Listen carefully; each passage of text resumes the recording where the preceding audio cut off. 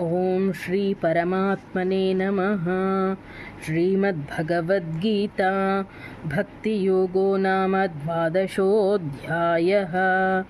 అర్జున ఉవాచ ఏవం సతతయుక్తా యే భక్తాస్త్వాం పర్యుపాసతే ఏ చాప్యక్షరమవ్యక్తం తేషాం కే యోగవిత్తమాః.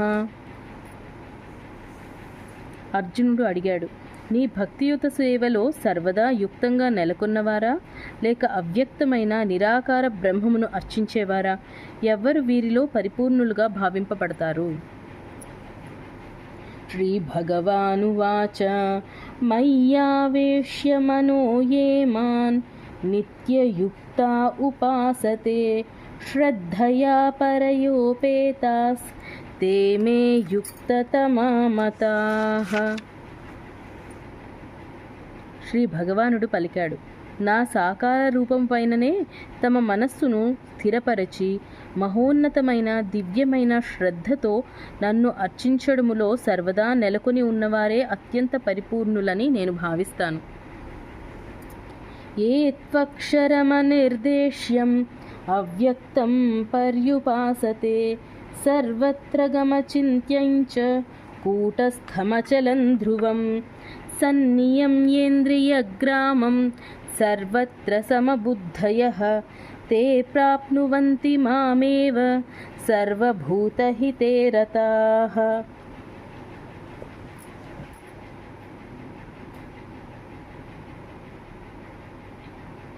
కానీ ఇంద్రియానుభూతికి అతీతమైనది, సర్వవ్యాపకమైనది, ఊహాతీతమైనది, మార్పులేనిది, స్థిరమైనది, కదలనిది అయిన అవ్యక్తమును అంటే పరతత్వపు నిరాకార భావమును పూర్తిగా అర్చించే వ్యక్తులు సమస్త ఇంద్రియాల నిగ్రహము ద్వారా, అందరి పట్ల సమభావము కలిగి ఉండడము ద్వారా సర్వుల సంక్షేమంలో నెలకొన్నవారై చివరకు నన్ను పొందుతారు. క్లేశోధికతరస్తేషాం అవ్యక్తాసక్తచేతసాం అవ్యక్తా హి గతిర్దుఃఖం దేహవద్భిరవాప్యతే. పరమపురుషుని అవ్యక్త నిరాకార తత్వం పట్ల మనస్సు ఆసక్తమైన వారికి ప్రగతి చాలా కష్టంతో కూడి ఉంటుంది. ఆ పద్ధతిలో ముందుకు పోవడము దేహధారులకు సర్వదా కఠినమే.